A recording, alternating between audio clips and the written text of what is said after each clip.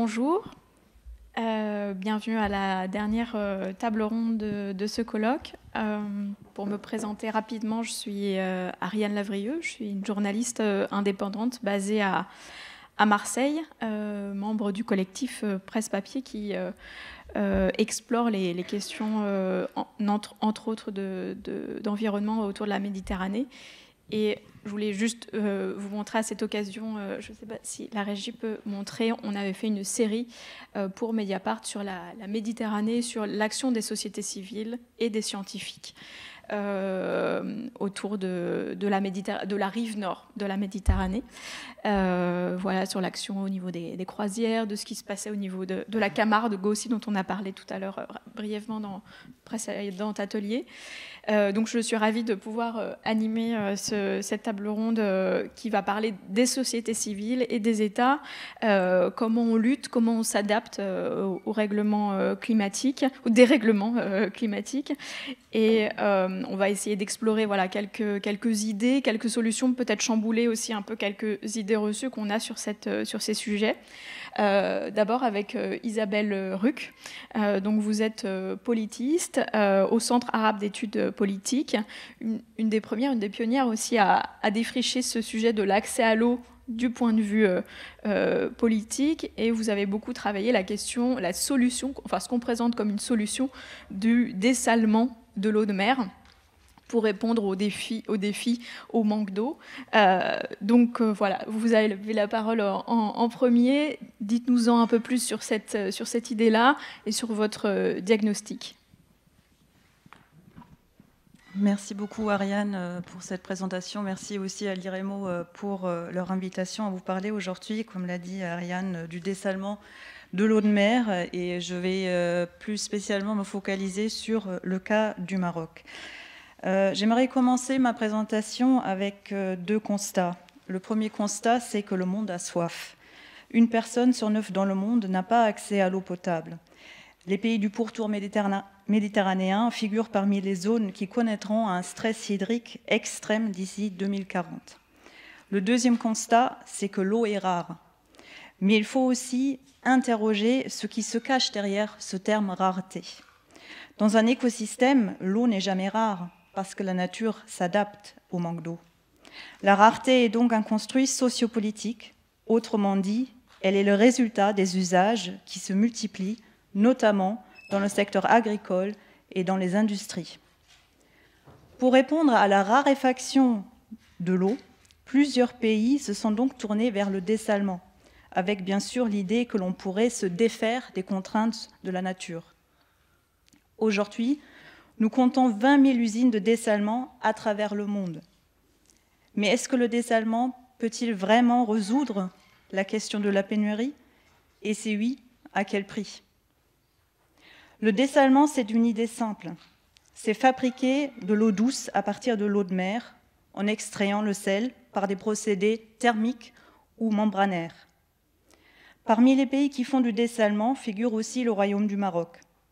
Le Maroc a même adapté son plan national de gestion de l'eau en prévoyant la construction de 3 à 20 unités de dessalement supplémentaires d'ici 2030. Le Maroc fait donc du dessalement, mais pour qui? Le dessalement au Maroc, c'est déjà une vieille histoire. Elle a commencé en 1970 avec les premières unités qui sont apparues dans le sud. À Tarfaya, c'était une unité d'eau saumâtre, et à Bouchdour, une unité d'eau de mer. Mais depuis, le Maroc a considérablement augmenté sa capacité d'approvisionnement d'eau par le dessalement, en passant d'une production journalière de 160 000 m3 en 2020 à plus de 400 000 m3 d'eau dessalée d'ici 2026.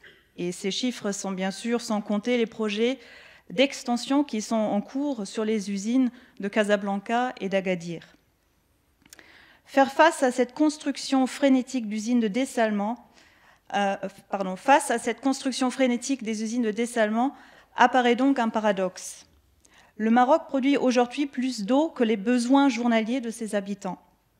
Et pourtant, chaque année, les habitants souffrent du manque d'eau. Qui parmi nous ne s'étonnerait pas de voir les greens de golf verdoyants en plein été à Marrakech, alors que les villages voisins se voient privés d'eau? Qui parmi nous ne comprend pas l'absurdité de la situation de Zagora, où les habitants sont privés d'eau au détriment de la culture de la pastèque destinée au marché européen? À travers ces exemples, on voit bien que ces pénuries sont le résultat de choix politiques qui privilégient le secteur agricole et le tourisme aux besoins vitaux des habitants. D'autres secteurs, tels que l'industrie du phosphate, ont aussi contribué à vider les nappes phréatiques du pays. Il n'est donc pas surprenant que les politiques et les industriels se tournent vers la technologie du dessalement qui leur permet de maintenir une activité sans remettre en question les droits acquis sur l'eau. Or, ce recours au dessalement ne résout pas le problème d'accès à l'eau des populations vivant loin des côtes, puisque la majorité des usines de dessalement sont bien évidemment installées le long du littoral. Pour conclure donc cette première partie, on peut affirmer que la politique du dessalement au Maroc sert avant tout les grands exploitants agricoles et le secteur de l'industrie. Car plus de dessalement signifie aussi plus de disponibilité d'eau et donc plus de rendement et donc plus de profit. Il est donc important de ne pas confondre le besoin en eau, c'est-à-dire le besoin physiologique incompressible de boire, avec la demande en eau, c'est-à-dire un concept économique sur lequel on peut, voire on doit agir. Pour y parvenir, il faut repolitiser le débat autour du dessalement afin de comprendre d'où provient cette demande en eau et si elle traduit un besoin vital ou une demande économique. Car si le dessalement permet de lutter contre la pénurie en augmentant la quantité d'eau disponible, elle n'est pas pour autant sans impact sur notre environnement. Le dessalement serait-il donc une aberration écologique? En effet, le dessalement vient avec de nombreux inconvénients pour l'environnement. Le dessalement reste, malgré les avancées technologiques, un procédé qui est très énergivore. Chaque année, le secteur du dessalement produit au plus de 120 millions de tonnes de CO2. Les techniques par osmose inverse émettraient environ 3 kg de CO2 par mètre cube d'eau dessalée. Les technologies thermiques se situent plutôt entre 8 et 20 kg. Un autre coût environnemental est celui sur l'écosystème marin. À l'entrée, les pompes immergées aspirent l'eau et tout ce qu'elles contiennent, comme des larves, des œufs de poisson, voire des petits poissons ou des mollusques. En sortie, les usines rejettent de la saumure, une solution aqueuse 2 à 5 fois plus salée que l'eau de mer, plus chaude et chargée en produits chimiques comme de l'antitartre, antimousse ou du chlore. Cette saumure est souvent rejetée dans la mer, où elle perturbe l'écosystème marin. Plus particulièrement, elle entraîne une augmentation de la salinité de l'eau qui peut amplifier localement le phénomène de désoxygénation de l'océan. Et une eau qui est moins oxygénée, c'est une eau qui capte moins de CO2. Dans la mer Méditerranée, par exemple, les scientifiques observent avec inquiétude cette augmentation de la salinité à laquelle les rejets des usines de dessalement participent à grande échelle. Et elles nous font entrer ici dans un cercle vicieux, car plus l'eau est salée, plus elle nécessite de l'énergie pour être traitée et plus de produits chimiques. Et donc, en conséquence, elle rejette aussi une saumure qui est plus chargée. Les conséquences sont donc catastrophiques pour les organismes marins. À Chypre, par exemple, une étude a montré que les herbes de Posidonie étaient extrêmement détériorées à cause de la saumure rejetée par les usines de dessalement. Ces résultats doivent nous faire réfléchir, car ces herbiers ont des fonctions qui protègent notre environnement. Oxygénation de l'eau, stockage de carbone, mais aussi stabilisation des fonds et réduction de la vitesse des courants qui mécaniquement limitent l'érosion côtière. À ces coûts environnementaux s'ajoute également le coût démocratique. Le recours au dessalement est un outil de dépolitisation de la société, car il élude le débat public sur la gouvernance de l'eau et évite ainsi la participation citoyenne. C'est pourquoi certains chercheurs estiment que les technosolutionnismes tendent à maintenir, voire à renforcer, le pouvoir des régimes en place. Il renie aussi le droit à l'eau, un droit pourtant reconnu comme un droit humain par l'ONU en 2010, en transformant un bien commun en bien économique dont la distribution se fait selon le retour sur investissement, comme le montre encore une fois l'exemple cité de Marrakech ou de Zagora. Pour conclure, si le dessalement peut constituer une solution dans certains contextes, elle ne devrait pas pour autant être la solution de facto. En effet, le dessalement ne règle pas la question de fond, qui est la surconsommation de l'eau par le modèle agro-exportatrice au Maroc. Pire encore, le dessalement contribue, voire amplifie le dérèglement climatique avec le rejet de CO2 et le rejet de la saumure. Cela signifie donc qu'il faudra en premier lieu chercher les moyens de moins gaspiller et que les pratiques industrielles et agricoles devront être repensées, ce qui remet en cause aussi les habitudes et les droits acquis, d'où la nécessité notamment de réévaluer la valeur de l'eau. Les technologies ne sont qu'une des composantes de la stratégie globale contre la pénurie. Ce ne sont pas elles qui résoudront le problème, elles auraient plutôt tendance à l'aggraver. Ceci étant dit, et pour finir peut-être ma présentation sur une note un peu plus positive, il existe aujourd'hui au Maroc des initiatives telles que Neshfat qui essayent de faire prendre conscience des incohérences et des impacts négatifs du recours au dessalement dans le secteur agricole. Je vous remercie.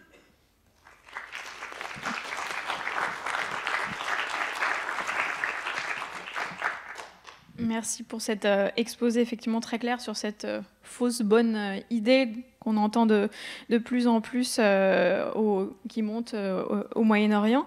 Est-ce que dans la salle, vous avez peut-être déjà une question sur les questions de l'eau du Maroc et l'accès à l'eau Oui, alors peut-être à droite. On va faire comme tout à l'heure, après chaque exposé, une question dans le public, et puis après on aura une discussion un peu plus globale avec toutes les intervenantes et intervenants. Oui, je m'étonne que les chimistes n'ont pas trouvé moyen d'utiliser la saumure comme une matière première pour faire autre chose, plutôt que de tout rejeter à l'eau. C'est une bonne question, je vous remercie. Effectivement, la saumure, elle est en partie réutilisée. Mais au vu du nombre d'usines de dessalement qu'on a aujourd'hui dans le monde, c'est impossible de tout valoriser. Elle est valorisée notamment dans la production de sel. Elle est aussi valorisée, il y a des essais qui sont en cours dans la production d'énergie. Elle est réutilisée aussi, par exemple, pour faire la culture de la spiruline, parce que c'est une algue qui a besoin de beaucoup de sel. Mais encore une fois, au vu de la quantité de dessalement mondial, toute la saumure, en fait, elle ne peut pas être valorisée. Et donc, on va dire la solution la plus simple aujourd'hui pour les usines, c'est justement de la rejeter en mer. Donc, il y a deux technologies pour ce faire. Je ne veux pas rentrer trop dans les détails, mais il y a le rejet dit côtier, qui pose d'ailleurs des problèmes, et peut-être Pauline va en parler au niveau des côtes, justement. Et puis, il y a aussi des rejets qui se font plus loin en mer. C'est-à-dire qu'ils emmènent le saumure et le jettent avec des bateaux ? Il y a des pipelines, en fait, qui sont construites, qui sont immergées. Ce sont souvent des pipelines à diffusion, donc il y a plusieurs diffuseurs, et qui donc sprayent, en quelque sorte, la saumure dans l'océan. Ça amène aussi, et ça ouvre finalement, si vous voulez, aussi sur un autre sujet que je n'ai pas abordé, mais c'est la réglementation en fait de ce qu'on appelle les zones de mixage. Les zones de mixage qui ne doivent pas justement être trop près des côtes et qui permettent justement la dilution, si vous voulez, de cette saumure dans l'océan.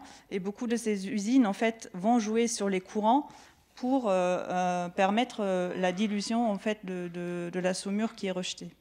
Et pour le moment, donc, il n'y a pas du tout de réglementation sur Alors, pour les moments, il y a des réglementations. Il n'y a pas un standard international. Et je veux dire qu'au niveau européen, l'Union européenne s'est emparée de ce sujet. Il y a des réglementations qui sont en place. Et l'Union européenne aussi a encouragé les pays en 2010 à mettre en place, pays par pays, en fait, des réglementations à l'échelle nationale concernant ce rejet. En revanche, si on regarde plus vers les pays du Golfe, c'est là quand même où l'essentiel du dessalement aujourd'hui est mis en œuvre. Il y a très peu de réglementation. Le Qatar, par exemple, n'existerait presque pas, j'ai envie de dire, sans dessalement. En 2013, il y a eu une présentation qui a été faite à Doha, où à l'époque, le ministre de l'eau, en charge de l'eau, disait, en montrant une photo d'une usine de dessalement, voici notre lac. Donc vous voyez aussi un peu l'imaginaire, si vous voulez, qu'ont ces décideurs politiques par rapport à ce que c'est en fait cette technologie, c'est-à-dire une technologie qui leur permet de faire fi, de faire abstraction de la nature et de ses contraintes. Merci beaucoup. Ça nous fait une bonne transition pour parler avec vous, Colline Mias, des côtes.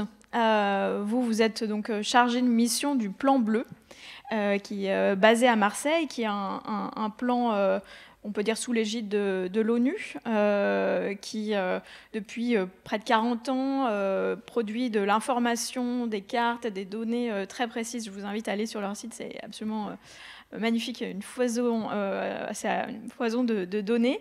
Mais vous n'êtes pas seulement un centre d'information, vous accompagnez aussi les populations, les décideurs, les décideuses à avancer et à essayer de trouver des solutions face au changement climatique. Donc j'aimerais que vous nous disiez, voilà, un petit peu plus concrètement, dans des expériences autour de la Méditerranée, comment vous avez fait récemment pour essayer qu'on bouge sur cette question.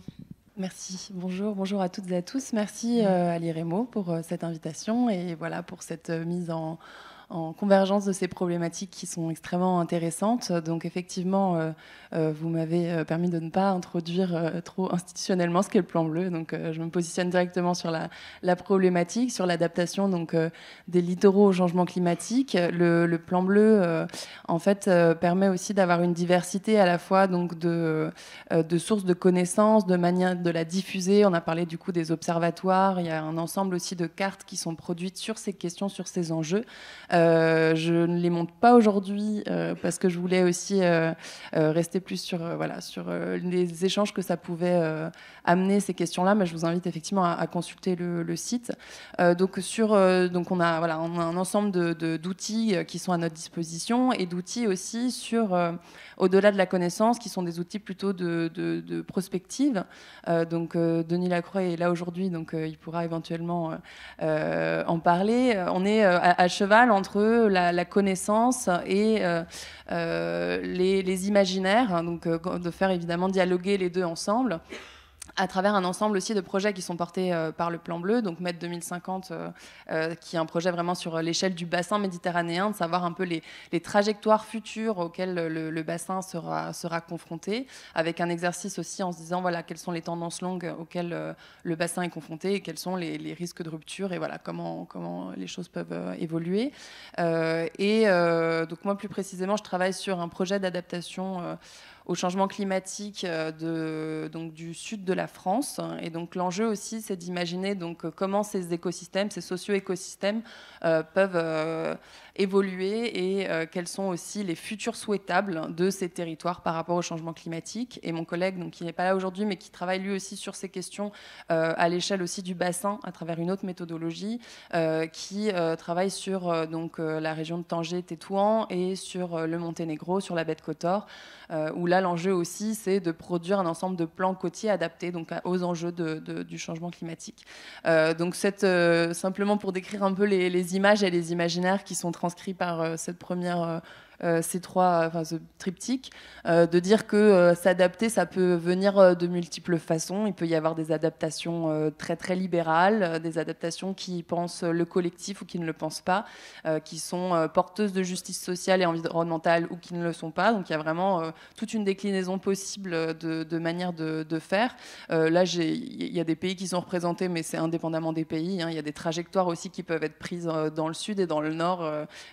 J'aime aussi l'idée de confronter les méthodologies quand on aborde ces questions-là et les prismes, donc de se dire que voilà, sur sur ces différents territoires, on a connu des manières de s'adapter, de gérer aussi ces questions d'adaptation au changement climatique, à la fois en construisant des digues, en construisant un ensemble aussi de remparts face aux éléments, en se décentrant voilà, des problématiques environnementales et des enjeux que pose la nature en fait, par rapport à l'homme de manière très fondamentale.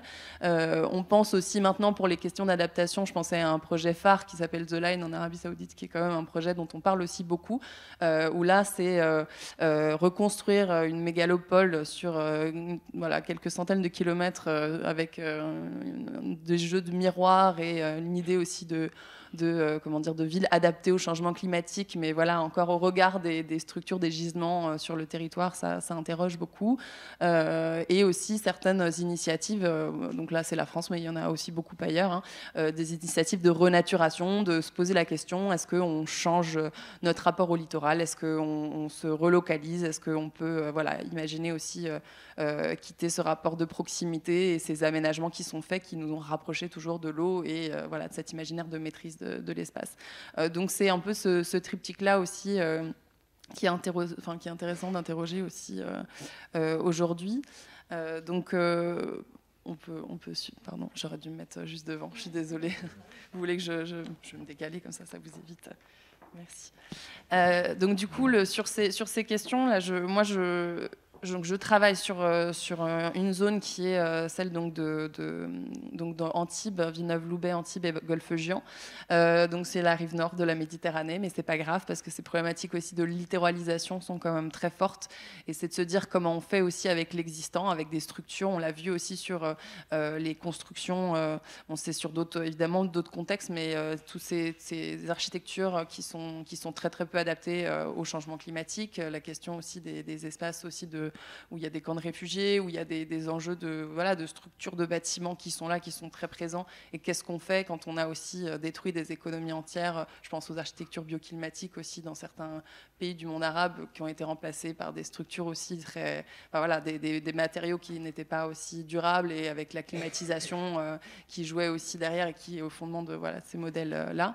Donc on est sur ces questions assez fortement. Et donc sur cette rive nord, on a travaillé ensemble avec un ensemble d'ateliers qui ont repris en fait plusieurs éléments. L'idée, c'était de se dire comment on travaille avec toutes les connaissances qu'on a aussi dressées ce matin, les connaissances sur le changement climatique, sur les territoires, d'aller au plus près aussi des territoires, parce qu'il y a aussi des gros enjeux à arriver à territorialiser la connaissance.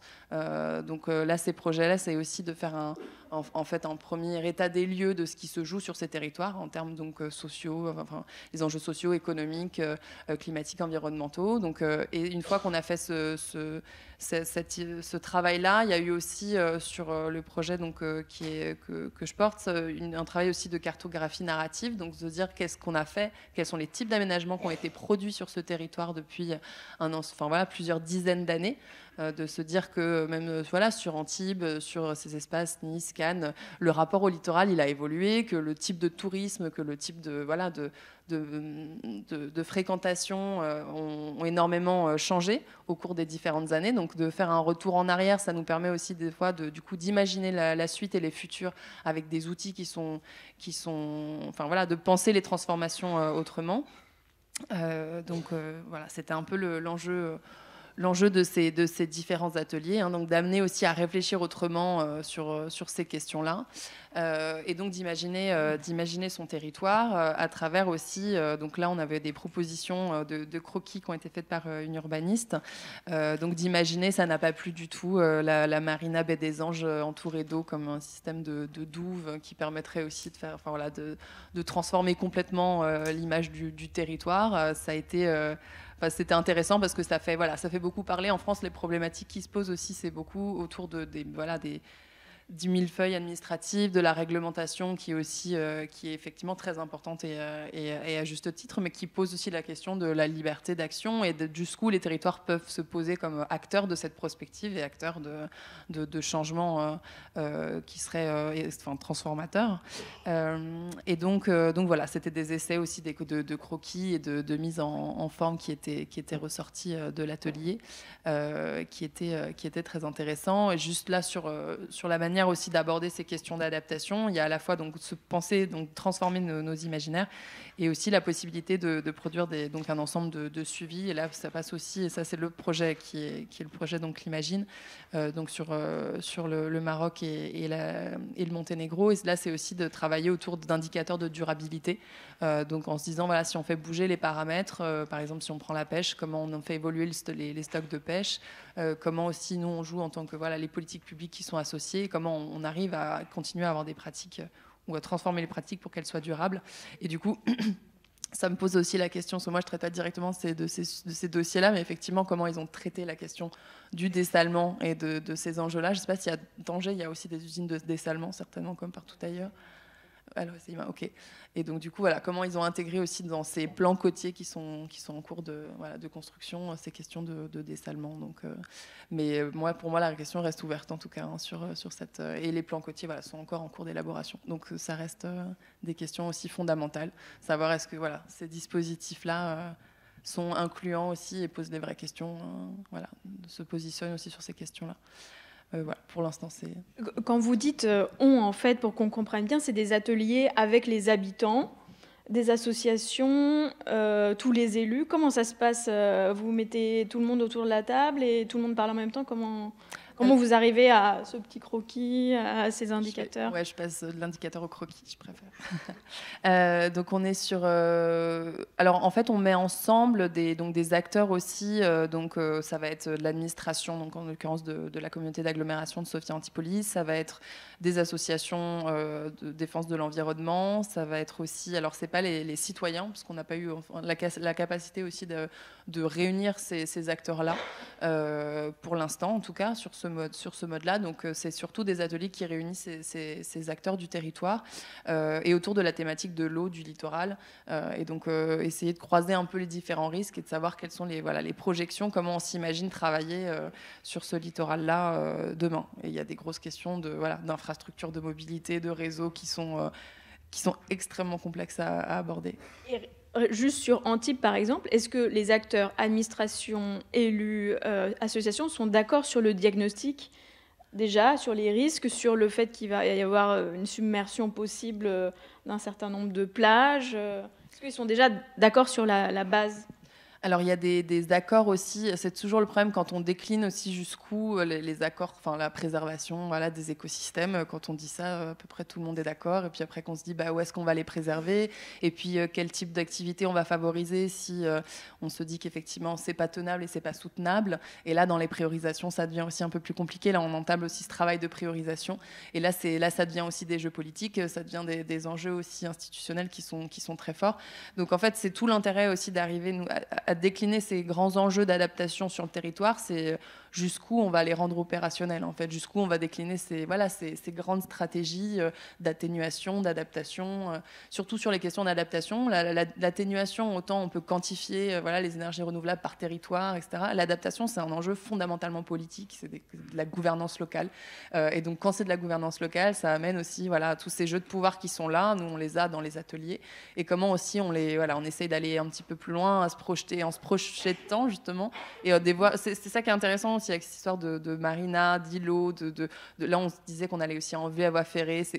En fait, c'est presque absurde sur un principe aussi réglementaire, avec toute la somme d'injonctions qui sont faites aussi aux différentes échelles, mais de se dire si on a envie d'y aller, sur quel mode de financement on pourrait le faire. Ça demande de renverser des systèmes de pensée. Donc après la question de la mobilité reste centrale en tout cas sur ce projet, parce que c'est quelque chose qui accroche. Comment on prend un bout pour aussi après détricoter tous ces enjeux-là plus largement. Est-ce qu'il y a une question dans la salle sur cette concertation autour de la Méditerranée, du plan bleu? Peut-être, je ne sais pas s'il y a aussi des associations qui ont envie de participer à ces ateliers. Comment on fait? C'est simple, ou il y a une sélection Alors, c'était des réseaux associatifs qui étaient déjà bien ancrés. En tout cas, il y a des réseaux, des têtes de réseau aussi qu'on mobilise sur ces questions-là. Après, l'idée, c'est aussi d'ouvrir le plus possible. Hein. C'est des enjeux aussi de démocratie. Mais bon, on ne peut pas être, nous, seulement porteurs de ces démarches, parce que c'est vrai que pour investir les citoyens et pour qu'il y ait de la collaboration aussi, mais vraiment, enfin voilà, d'aller toucher les représentations de chacun, il y a quand même un enjeu de démultiplier aussi les cadres et les méthodes pour ces questions. C'est le problème, c'est qu'on doit accélérer. Il y a une urgence à changer. Et en même temps, si on ne le fait pas avec une concertation. Alors, il y a une question tout au fond de la salle, à gauche. Oui, merci. J'étais curieuse de savoir si ces opérations de concertation sont nécessaires, effectivement, pour mettre autour de la table tous les partis.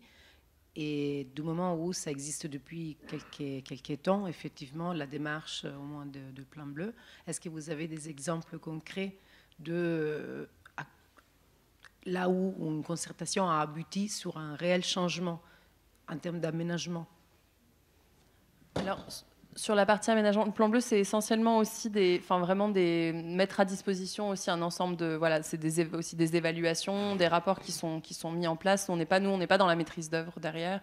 Donc c'est toujours un peu faire le premier lien entre la connaissance et les décideurs, de dire qu'il y a un enjeu à se saisir de la question. Et donc après, tout ce qui est effectivement maîtrise d'œuvre, là, on commence aussi à se poser ces questions. Est-ce que nous, on collabore aussi avec ces acteurs-là? C'est aussi des dispositifs un petit peu différents. Mais en tout cas, une mise à l'agenda, en fait, des agendas, enfin voilà, que ce soit national, mais aussi au niveau international, du bassin, au Maroc, au Monténégro. Enfin, il y a aussi ces enjeux-là de se dire que qu'on puisse aussi, en tout cas avancer avec les mêmes, les connaissances qui soient là, qu'elles soient diffusées, et sachant qu'en plus, se porter à connaissance, il a été fait dans des institutions qui sont plutôt élargies. Donc ça met aussi ce savoir à disposition, parce que c'est vrai que selon les territoires, l'ingénierie n'est pas la même. Il y a vraiment des enjeux aussi d'avoir accès à la connaissance, tout simplement. Et ça vaut vraiment partout. Hein. C'est pas que de la partie sud de la Méditerranée, c'est vraiment partout. Jusqu'où on a accès à la connaissance, et parfois même quand on a la connaissance, d'ailleurs, des fois il y a des tergiverses, des contre-expertises, justement pour pas avancer. Donc Et ce que vous disiez, c'est que sur le projet au Monténégro et à Tanger, on est allé un petit peu plus loin qu'à Antibes, on a des bouts de décision, si j'ai bien compris. Oui, c'est pas les mêmes échelles. Disons que sur ces espaces-là, c'est aussi beaucoup de coopération interministérielle, à des échelles aussi où il y a des grands plans qui sont menés. Donc c'est pareil, c'est plus large, c'est des secteurs aussi plus étendus. Donc ça peut aller plus loin dans les mots. Après, il faut voir est-ce que ça va plus loin aussi dans les mises en œuvre opérationnelles. Nous, ce qu'on essaye de faire avec Casadap, c'est justement de faire ce lien en disant, voilà, il y a ces grands plans, ces grandes stratégies, parce qu'en France, il y en a beaucoup, on n'en manque pas. Et jusqu'où on arrive à la décliner, et est-ce qu'on peut mettre des indicateurs pour se dire qu'on a décliné cette stratégie jusqu'au plus local, en fait. Alors, on va voir une stratégie très locale et que vous connaissez sans doute, dont vous êtes sans doute familière en tout cas, c'est la transhumance en Provence, avec un des experts du sujet, le président de la Maison de la Transhumance, Patrick Fabre, qui est ingénieur spécialiste de l'élevage. Et vous, en préparant un peu cette conférence, vous me disiez, nous, l'adaptation au changement climatique, on fait ça depuis des centaines d'années, on a une petite expertise, mais ça n'empêche pas qu'on arrive un peu au bout de l'expertise aujourd'hui, et on est face à des défis qui nous chamboulent tout autant. Donc, racontez-nous un petit peu ce que vous faites depuis des dizaines d'années, et puis comment vous vous adaptez, vous aussi. Bonsoir, merci Ariane, je vais vous laisser présenter. Alors, je ne suis pas le président de la Maison de la Transhumance, j'en suis le président, c'est Lionel Escoffier, qui est un éleveur transhumant, mais il ne sera pas vexé, il n'est pas là. Moi, je suis un directeur un peu modeste, je dirais, parce qu'on est une petite association de 2 personnes, mais très active, on va le dire comme ça, qui effectivement travaille sur la pratique de la transhumance, qui est elle-même une forme d'adaptation, puisque leur part en montagne l'été pour éviter la sécheresse des plaines. Effectivement, la question qui se pose, c'est comment cet élevage transhumant peut s'adapter lui aussi au changement climatique. Alors, rapidement, la maison de la transhumance réunit à la fois des éleveurs, je le disais, des bergers ou des bergères, hein, bien sûr, ne les oublions pas, elles sont de plus en plus nombreuses, mais aussi des acteurs de l'environnement, notamment les espaces naturels protégés, et ceux de la culture au sens très large. Donc on travaille en fait sur le modèle de relation entre l'homme, l'espace et l'animal, dans une dimension que l'on souhaite méditerranéenne. Donc pour donner quelques exemples de ce qu'on peut faire, hein, depuis que nous existons en 1997, nous avons des expositions itinérantes, nous éditons des livres assez régulièrement, nous faisons des colloques. Nous avons participé récemment à la sauvegarde de la dernière bergerie de Camargue, dont on a beaucoup parlé, en Toit de Chaume, c'est de la Favouillane sur la commune de Port-Saint-Louis-du-Rhône, qui va être inaugurée ce printemps. On a aussi créé un sentier de grande randonnée sur les anciennes voies de transhumance qu'on appelle les drailles, qui partent d'Arles pour aller en Piémont italien. Nous venons également de lancer une gamme de vêtements en laine mérinos d'Arles, la plus fine d'Europe, pour permettre aux éleveurs de mieux valoriser cette laine. Voilà, on a pas mal d'activités et d'actions. Nous sommes basés, pour ne pas l'oublier, au domaine du Merle, dans la plaine de la Crau. Je vais surtout me consacrer à la plaine de la Crau dans mon intervention de cet après-midi, où se trouve donc l'école de bergers-bergères la plus ancienne de France aujourd'hui. Et nous avons également, pour ceux que ça intéresse, récemment aménagé un centre de ressources euro-méditerranéen sur la transhumance que nous allons pas tarder à mettre en ligne.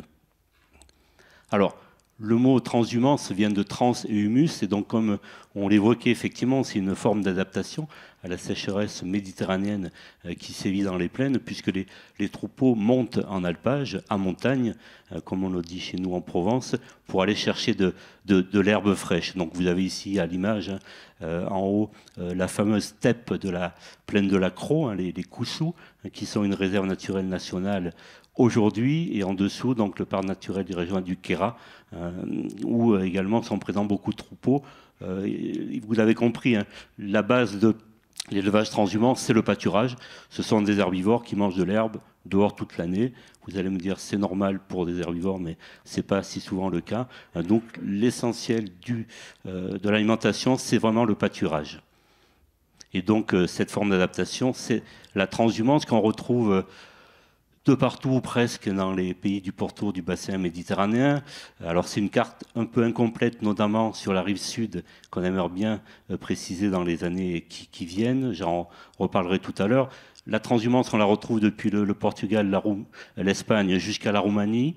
Ce sont les territoires verts, vous l'avez compris sur la carte, un peu de l'autre côté de la Méditerranée. Elle est plus ou moins vivace selon les pays. L'Espagne, qui était un grand pays de transhumance avec les cañadas qui traversaient tout le pays, a beaucoup décliné en ce qui concerne cette pratique. Par contre, dans la Roumanie et les Carpates, dans des conditions quand même sociales de travail des éleveurs et des bergers qu'on ne souhaite pas, elle est encore très vivace. Alors, on précise que nous, la transhumance, on la différencie du nomadisme, qu'on va retrouver plutôt dans les pays, bien sûr, du Sahel, notamment. Alors j'aime bien citer Fernand Braudel, je ne suis pas un grand culturel, je suis un ingénieur agronome, mais qui disait que la transhumance est une forme assagie du nomadisme. Donc nous, on est bien sur cette ligne-là. Quelques mots sur la transhumance entre la Provence et les Alpes. Vous avez ici la carte des anciennes drailles de transhumance, en orangé, qui étaient de partout présentes dans les territoires et qui permettaient de gagner à pied, évidemment, les alpages. Ce sont les premières voies de communication qui ont été mises en place, bien avant, bien sûr, les routes et les autoroutes. Vous avez quelques images ici de la fameuse grande transhumance à pied, telle qu'on se la représente souvent. Ce qui caractérise, et c'est un peu la thématique de la journée, je crois, cet élevage transhumant, c'est sa grande capacité d'adaptation, puisqu'il nous vient depuis, je ne l'ai pas dit, mais des millénaires, sur certains pays, notamment au Proche-Orient. Vous avez ici à gauche quelques images de l'évolution des modes de transport, puisqu'on est passé de la transhumance à pied, qui a été interdite dans les Bouches-du-Rhône dans les années 60, par rapport à la circulation automobile, à une transhumance qui s'est pratiquée à une époque en train. On chargeait les moutons dans les wagons, et ensuite l'arrivée des premières bétaillères, des camions, dans les années 60. Aujourd'hui, quasiment tous les troupeaux de Provence transhument en camion. Voilà, il faut bien le dire. Et l'autre capacité d'adaptation que je voulais mettre en avant, c'est cette fameuse bête d'excellence qui est le mérinos d'Arles, la brebis de la grande transhumance, qui était une magnifique bête à laine, puisqu'elle produisait de la laine qui est la plus fine d'Europe, je le disais. Et elle s'est orientée aujourd'hui, depuis la chute des cours mondiaux de la laine, vers la production de viande d'agneau.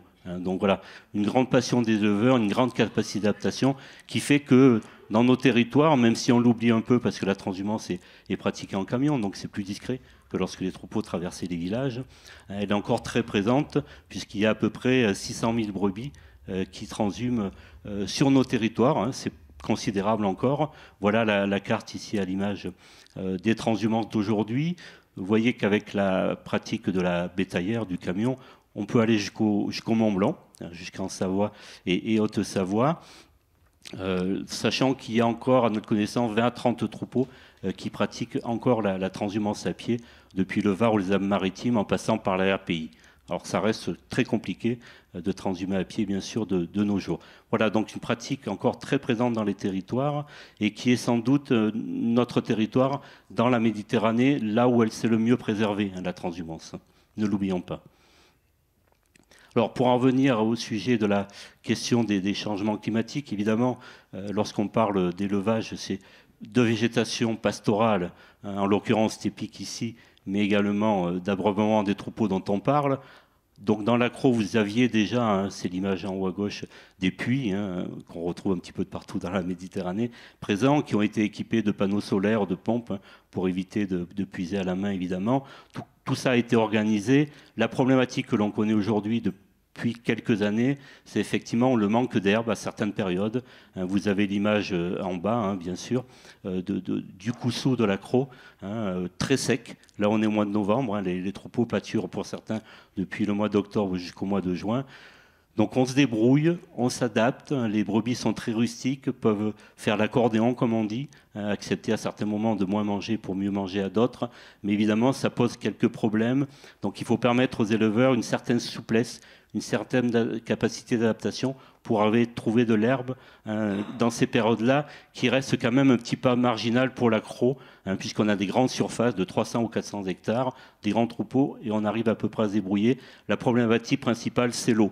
Et quand je parle de l'eau en crau, je ne veux pas oublier évidemment la question de l'irrigation gravitaire, pour ceux qui connaissent la plaine de la Crau et le foin de Crau. Évidemment, en 2022, il y a eu une année très clivante, puisque pour la première fois, vraiment, on a coupé l'eau qui arrive du barrage de Serponçon et des Alpes pour alimenter la production de foin et ensuite la nappe phréatique. Ça a été vraiment assez puissant auprès des producteurs de foin, le fait qu'on ait coupé l'eau. Et quand je parle de couper l'eau en gros, par rapport à l'élevage, c'est important parce que derrière, ils pâturent également les regains d'automne de prairies de crocs. En ce moment, ils pâturent les regains de prairies de crocs. Donc, s'il n'y a plus de prairies de crocs dans la plaine, ça veut dire qu'il n'y aura quasiment plus d'élevage. On est très lié à la production de foin de crocs, qui est elle-même très liée évidemment aux questions de partage de l'eau. Entre, vaut-il, pour le dire simplement, mieux avoir de l'eau pour le tourisme estival dans le barrage de Serponçon, pour irriguer l'arboriculture de la vallée de la Durance ou la plaine de la Crau, qui est très critiquée évidemment parce que c'est de l'eau par irrigation gravitaire. Alors ceci dit, c'est le système qu'on trouve le plus en Méditerranée quand même, on l'oublie parfois en France, mais c'est sûr que cette eau est consommée à peu près 20% pour la production de foin et 80% est utilisée par nappe phréatique. Donc il y a aussi cette question-là autour de l'élevage, en gros du maintien de la production de foin et de l'irrigation gravitaire.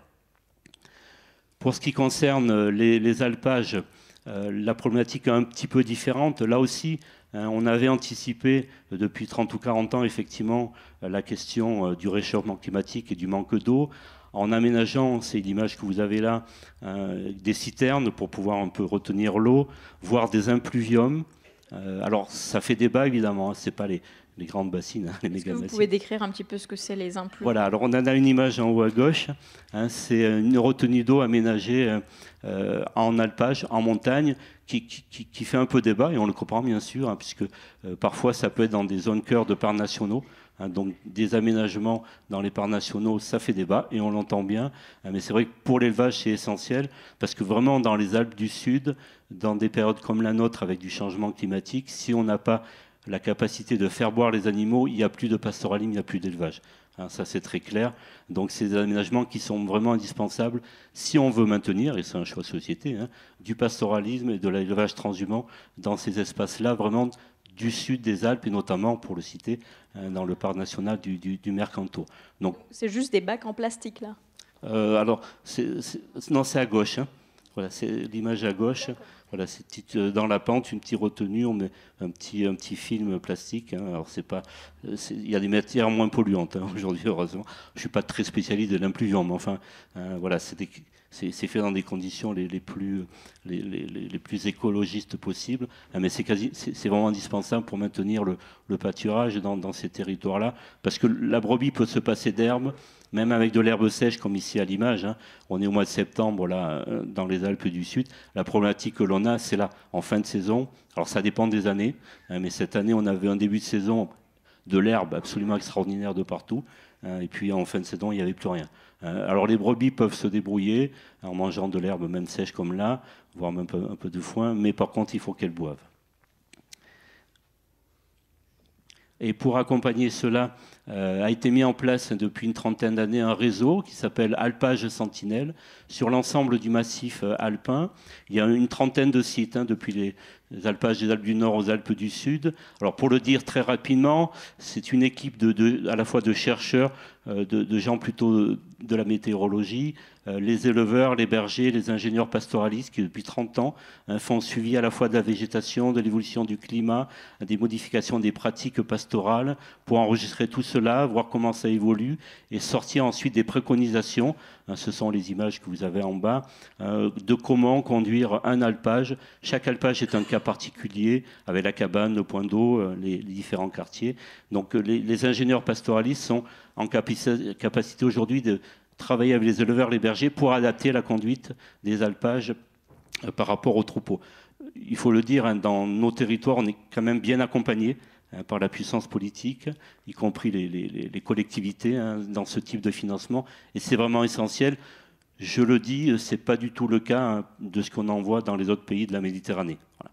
Donc on ne va pas se plaindre à ce niveau-là, mais il y a quand même un accompagnement scientifique, technique, politique assez important autour de la transhumance et du pastoralisme de nos jours. Et c'est indispensable véritablement.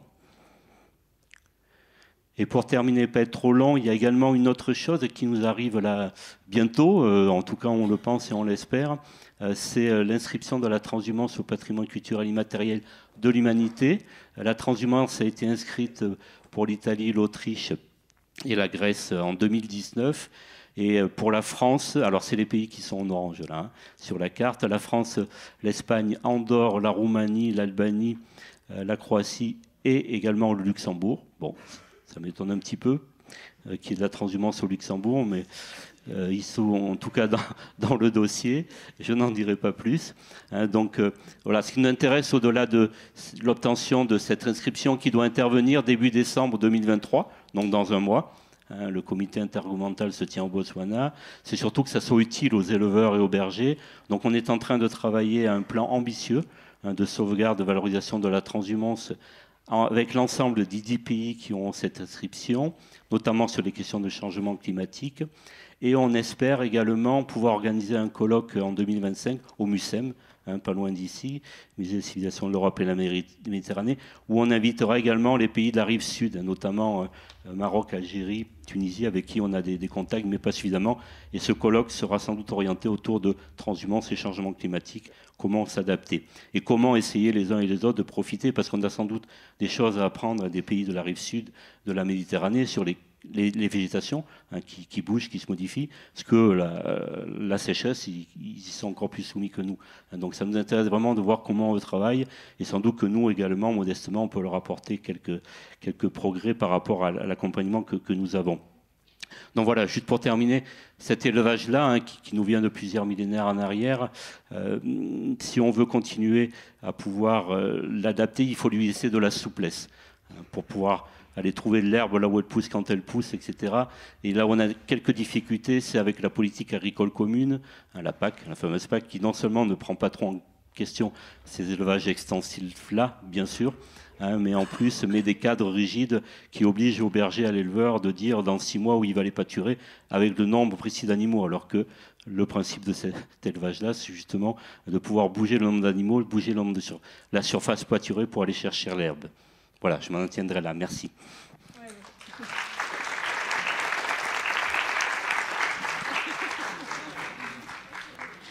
Ouais, on voit des problématiques comparables entre le Maroc et ici sur les élevages extensifs ou les cultures extensives.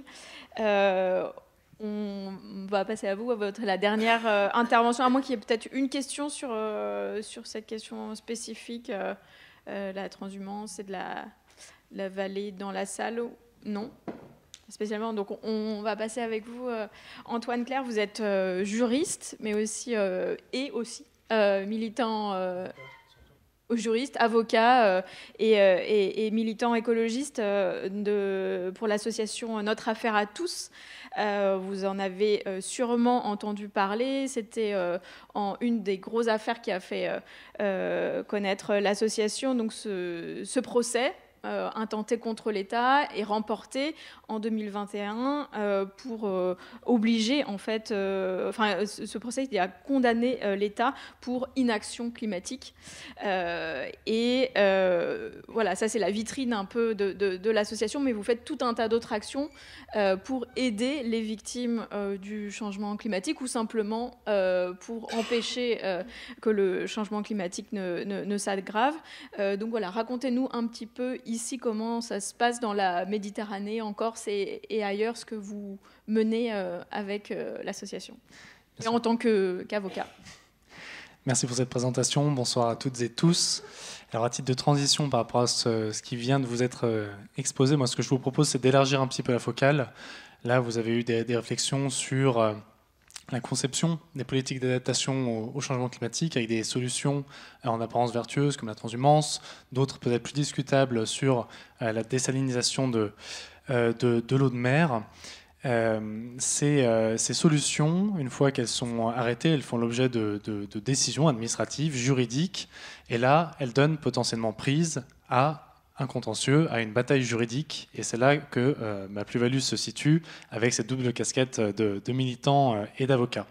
Dans la mesure où les politiques climatiques de façon générale, qu'il s'agisse de politiques d'atténuation pour prévenir l'aggravation du phénomène ou d'adaptation pour faire face aux conséquences déjà présentes, eh bien, ces politiques, comme je le disais, se traduisent en décisions, en plans, en objectifs, etc., qui parfois vont dans le bon sens, mais qui, globalement, je ne vous apprends rien, sont globalement insuffisantes, voire contradictoires, dans le cas de certaines décisions, de certains projets qui font l'actualité, si on pense notamment à la 69, sur laquelle j'aurai l'occasion de revenir à titre d'illustration.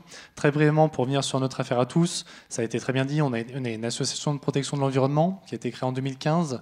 Notre spécificité, c'est d'avoir placé l'outil juridique au cœur de notre mode d'action. En fait, en pratique, on est essentiellement composé de juristes et d'avocats, pas que. On est ouvert à d'autres profils, mais on a fait de l'outil juridique notre arme principale.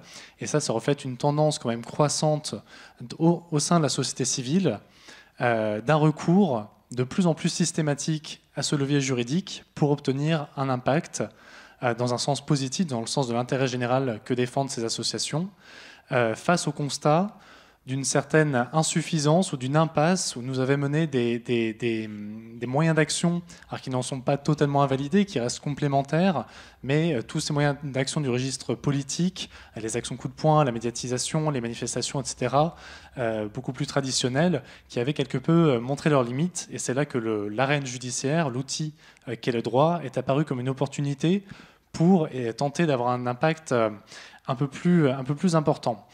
Et les pistes d'action que je m'apprête à dégager ne sont pas propres à la situation méditerranéenne, même si on a quand même des exemples qui montrent qu'elles trouvent à s'y appliquer.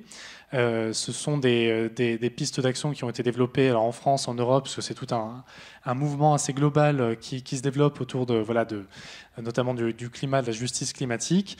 Et ces solutions seraient parfaitement transposables, on va le voir, à la situation et aux enjeux bien spécifiques de la zone qui nous intéresse aujourd'hui. La première piste que je voulais dégager avec vous, elle est de nature plutôt offensive. J'ai commencé à en parler de manière sans toutefois la nommer. C'est celle du contentieux stratégique. C'est celle qui consiste à entrer dans l'arène du judiciaire pour aller batailler contre telle pratique, telle décision qui nous paraît aller à l'encontre des intérêts tenant à la protection de l'environnement et du climat. La deuxième solution, j'y reviendrai ensuite, est plutôt de nature, disons, défensive, dans la mesure où elle vise davantage à renforcer la protection de la nature, même si j'aime pas trop ce mot, du vivant, disons de certaines entités naturelles, en leur fournissant, en leur reconnaissant des droits, voire une personnalité juridique en tant que telle. On va y revenir.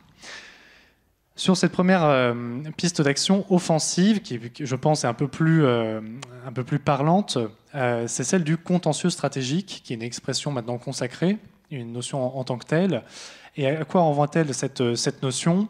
C'est l'idée que le droit, dont vous avez sans doute l'image comme quelque chose d'une norme subie, c'est une contrainte, et bien on va faire de cette contrainte subie, au contraire, un levier d'action dans un objectif, si possible, ce n'est pas toujours le cas, parce que c'est aussi une technique utilisée par les multinationales, mais quand c'est la société civile qui s'empare de cet outil, on le fait dans un objectif positif pour espérer, encore une fois, avoir un impact vertueux, notamment en matière environnementale. Pour cela, on va identifier une problématique.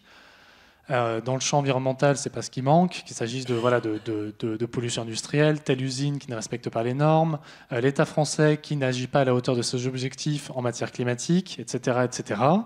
Il ne vous reste plus ensuite qu'à trouver un fondement juridique adapté, une voie procédurale qui convient, et vous pouvez, et un avocat évidemment, parce que vous avez besoin de nous pour lancer ce genre de projet, et l'action peut être montée. Et c'est là, c'est au terme de ce type de démarches qui sont de plus en plus récurrentes en Europe, mais pas que vous parvenez à des affaires qui ont été notamment très médiatisées. Ça a été évoqué en introduction, l'affaire du siècle, par exemple, qui a été à la base portée par Notre Affaire à tous et une coalition d'ONG, dont Oxfam, la Fondation pour la Nature et l'Homme et Greenpeace, et qui donc visait à faire reconnaître la carence de l'État français par rapport à ses engagements en matière climatique sous l'égide de l'accord de Paris. C'est-à-dire, vous vous êtes engagé vous-même avec des objectifs chiffrés sur lesquels on se base à réduire de tonnes de CO2 par semestre. Enfin, je vous épargne les détails techniques. Vous nous avez donné une feuille de route chiffrée. On a fait le calcul. Le compte n'y est pas. Et ben, on considère que votre responsabilité peut être engagée puisque vous avez failli à votre engagement. L'objectif derrière, évidemment, c'est absolument pas de demander des réparations au bénéfice des associations pour qu'elles s'enrichissent ou quoi que ce soit. L'unique objectif, c'était de se servir de cette action-là, en l'occurrence, pour inciter l'État à agir de manière beaucoup plus rapide et efficace en prenant toutes les lois et les décrets relevant de sa compétence, de faire tout ce qui était en son pouvoir, donc pour accélérer la transition énergétique et la lutte contre le changement climatique. Alors cet exemple-là, au même titre que les grandes affaires qui visent les multinationales, si on pense à Total Energy, Casino, BNP Paribas, qui participent de cette même démarche de contentieux stratégique, qui ont été lancés peu ou prou par les mêmes coalitions d'ONG, parce que maintenant c'est un écosystème très structuré qui travaille de concert pour maximiser leur impact. Bon, ça vous paraît un peu, effectivement, c'est des actions très globales, c'est des moyens conséquents qui sont engagés, on trouve des financeurs, c'est des procédures un peu lourdes, très longues naturellement. Mais le contentieux stratégique, ce n'est pas que ça, ce sont aussi des opportunités à l'échelle locale sur des enjeux très spécifiques, des particularismes, notamment en ce qui concerne le bassin méditerranéen, des particularismes qui peuvent avoir trait à certaines vulnérabilités face à certains effets du changement climatique, comme la montée du niveau des eaux de la mer, par exemple, ou certains impératifs en matière d'adaptation. Et c'est là qu'on va pouvoir répliquer cette démarche, là encore sous l'impulsion de la société civile, lorsque, par exemple, nous faisons face à des projets qui nous semblent absurdes parce que symptomatiques d'une incapacité à enclencher cette réflexion sur l'adaptation nécessaire aux effets du changement climatique et à la baisse de la production des gaz à effet de serre. J'ai déjà cité l'exemple de la 69 dont on parle énormément en ce moment, qui a fait, c'est pas souvent le détail qui retient l'attention du public, bien que ce soit généralement glissé dans les articles de presse grand public, mais figurez-vous qu'à chaque fois qu'un projet d'une telle ampleur est sous le feu de la médiatisation du fait d'une contestation importante, il y a systématiquement aujourd'hui des recours en justice qui sont faits pour attaquer l'autorisation de ces projets, avec des procédures d'urgence, des procédures au long cours, etc. Alors, c'est difficile pour les journalistes de s'y retrouver et pour le grand public non averti encore plus, mais croyez bien que ça fait aujourd'hui partie intégrante de la stratégie des militants, des ONG, de la société civile pour faire opposition à ces mauvaises solutions qui relèvent plus d'une inadaptation et donc d'une inertie des politiques face à ces enjeux pourtant cruciaux. On pourrait également penser aux méga-bassines, dont on a également énormément parlé. Là, je ne vise pas les impluviums de la transhumance. Je ne doute pas on pourra en discuter, que c'est un peu à part. Mais des choses extrêmement concrètes. On a des affaires maintenant, des décisions de justice. Enfin, on commence à parler, par exemple, de communes qui refusent de délivrer des permis de construire aussi longtemps que durera la sécheresse. Parce qu'on ne va pas continuer à construire des habitations qu'on ne pourra même pas desservir en eau potable, puisque les stocks des nappes sont en voie de décroître, et donc on ne peut plus garantir cet approvisionnement. Bon, à l'avenir, alors là, c'est une initiative spontanée et bienvenue. Bon, à l'avenir, ça pourrait être un argument pour aller contester justement la délivrance d'un permis de construire dans une situation pourtant qui ne le permet pas en termes de conditions géophysiques. On a des problématiques analogues qui commencent à émerger sur justement des contestations de permis de construire sur des zones qui seront potentiellement sous le niveau de la mer à peu de choses près dans quelques décennies. Bon, voilà, donc tout ça pour vous dire qu'on n'est pas... Cette démarche-là, c'est pas seulement des affaires très médiatisées, un peu stratosphériques pour attaquer les grands méchants ou l'Union européenne, la France, etc.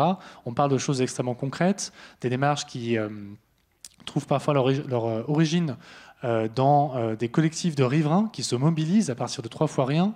Moi, en tant qu'avocat, je travaille avec ce type de clients qui ont un courage absolument formidable, qui parviennent à réunir des fonds à force de kermesses, de collecte de dons, etc., pour pouvoir défendre leur territoire face à ce type de projet absurde. Parce que quand on vous dit que la forêt ancienne, que vous avez toujours connue à côté de chez vous, va être rasée pour implanter une zone d'activité, alors qu'il y avait plein de terrains déjà artificialisés à disposition, croyez-moi que vous êtes remonté et que, effectivement, là, l'outil juridique vous semble tout à fait pertinent.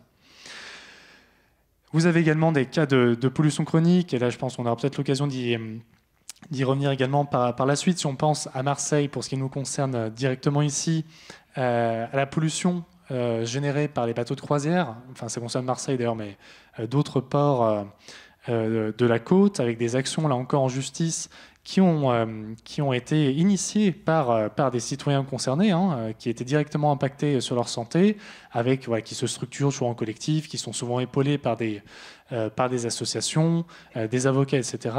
Et tout ça permet de lancer des démarches de nature pénale, en l'occurrence, puisqu'une plainte contre X a été déposée pour plusieurs chefs d'infraction, notamment la mise en danger de la vie d'autrui du fait des effets sanitaires de ces pollutions, notamment au niveau respiratoire, mais également, alors j'ai pas lu la plainte en première main, mais j'ai croisé plusieurs sources qui disaient toutes que le chef d'écocide avait également été retenu dans cette plainte, à savoir là on ne vise même pas un dommage visant un humain, mais également le dommage à l'environnement en tant que tel. Donc ce qui est très innovant et ce qui pourrait donner lieu à des développements intéressants. Donc là encore, c'est le même raisonnement qui s'y applique, des citoyens qui se saisissent de ces outils-là pour faire respecter leurs droits et faire entendre leur voix lorsque malheureusement les modes d'expression politique traditionnels, aller déposer votre bulletin dans l'urne ou manifester ou envoyer un courrier à votre maire, à votre député, que sais-je, quand ces voix-là en fait, sont insuffisantes, malheureusement c'est souvent au juge de prendre le relais, même si ça pose certaines questions, mais ça je serais ravi d'en discuter avec vous ensuite. Dernier point en matière de contentieux, je rebondis parce que la question de l'eau a été évoquée à plusieurs reprises. Si on pense notamment à ce qui se passe dans les dom-toms et notamment à Mayotte en ce moment, et dans beaucoup d'autres, évidemment dans beaucoup d'autres endroits concernés par le stress hydrique, notamment dans le bassin méditerranéen, là clairement aussi il y a un vrai sujet. Le droit à l'eau a été évoqué dans une des présentations, sans doute la vôtre il me semble. Voilà, là on est déjà dans du droit. La reconnaissance d'un droit à l'eau, c'est la possibilité en germe de saisir le juge pour faire sanctionner l'effectivité de ce droit face à un projet qui le met en péril parce qu'il accaparerait cette ressource en eau, ou face à la carence des autorités publiques parce qu'elles ne mettraient pas tout en œuvre pour assurer la distribution d'eau potable au bénéfice de la population. Quant à l'option défensive, donc ce deuxième point, un peu plus exploratoire, alors qui ouvrira peut-être une discussion, généralement ça suscite des questions, enfin en tout cas de la curiosité, sur toutes ces initiatives assez variées qui visent à obtenir la reconnaissance des droits de la nature, alors qu'il s'agisse de telle espèce animale, de tel arbre, d'écosystèmes entiers, de tel fleuve. Vous avez peut-être entendu parler de tel fleuve en Nouvelle-Zélande, qui est sacré pour certaines tribus maoris, qui s'est vu reconnaître une personnalité juridique. Le Gange et certains de ces deltas se sont aussi vus reconnaître une forme de personnalité juridique. Là, on assiste depuis quelques décennies à une tendance comme ça croissante vers la reconnaissance de ces droits, de cette personnalité juridique. Et je vais juste vous faire un petit point contextuel juridique pour bien saisir les enjeux. Il faut savoir qu'en France, en Europe et même dans d'autres systèmes anglo-saxons, les systèmes juridiques donc, fonctionnent sur la base de catégories. Les juristes, nous, on a des typologies, des catégories, et on fait rentrer les choses dedans. Un peu de force parfois. Et il y a une distinction fondamentale en droit entre les personnes et les choses.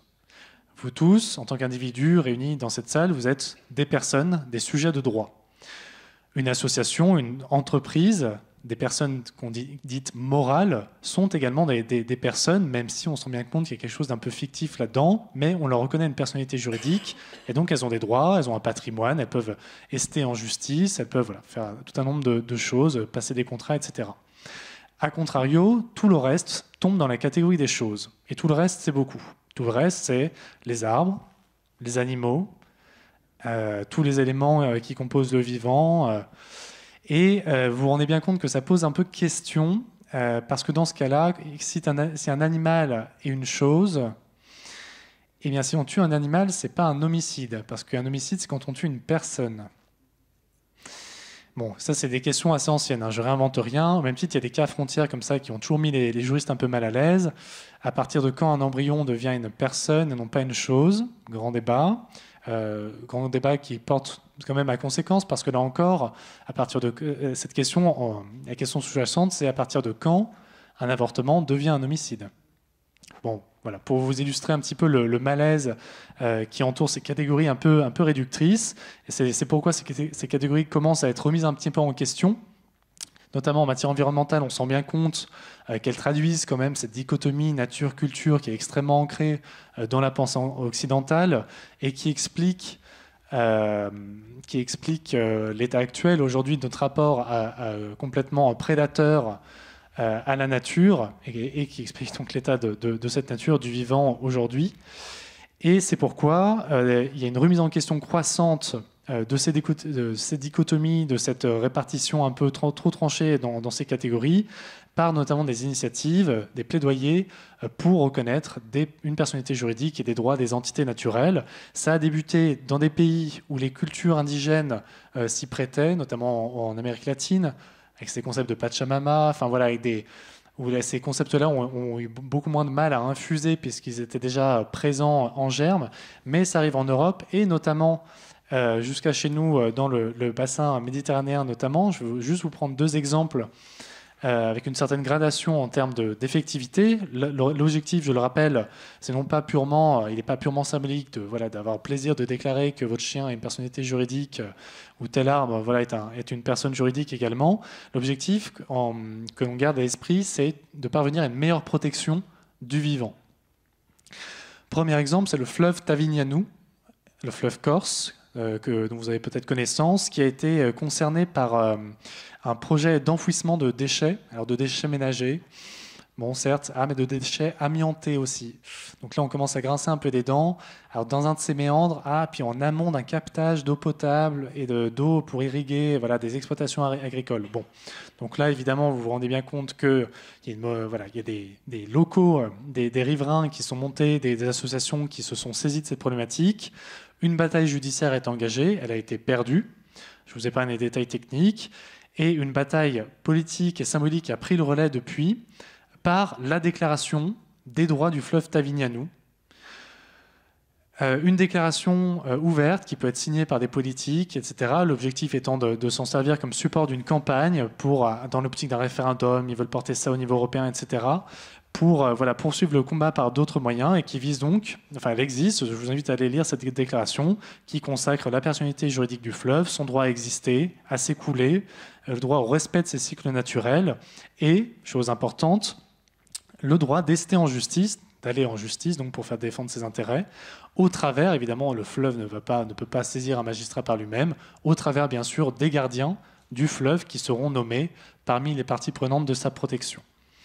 Plus loin dans cette démarche, on a l'exemple, toujours en Méditerranée, de la lagune de la Mar Menor en Espagne, donc une grande lagune qui était autrefois riche sur le plan biologique, mais qui a été considérablement détruite à cause de l'urbanisation à marche forcée, de l'intensification de l'agriculture et du phénomène d'eutrophisation, etc., ce qui a entraîné des épisodes de mortalité importante de poissons notamment. Et face à cette dégradation de l'état écologique de cette zone, là encore, la société civile, les acteurs locaux se sont saisis de cette problématique et donc ont monté un projet de loi pour faire reconnaître la personnalité juridique de cette lagune, de tout cet écosystème. Et cette loi a été reprise et adoptée en Parlement. Donc cette fois-ci, on a une assise législative. C'est assez fort sur le plan légal. On n'est plus dans le symbolique, on est vraiment dans le juridique. Et là encore, donc, cette lagune s'est vue reconnaître un certain nombre de droits à la protection, à l'entretien, à la réparation. Ces droits étant supportés et assurés par un système de gouvernance avec des comités de représentants, un comité scientifique, etc., qui permet d'avoir une structure pour défendre, pour contribuer à une meilleure prise en compte de cet écosystème dans les politiques locales et, le cas échéant, d'aller en justice lorsque les droits de cet écosystème ne seraient pas reconnus. Voilà, donc j'ai bien conscience que ça soulève beaucoup de questions pratiques, intellectuelles, culturelles, et j'aurai beaucoup de plaisir à y répondre si jamais on a le temps dans la phase de questions. Je vous remercie.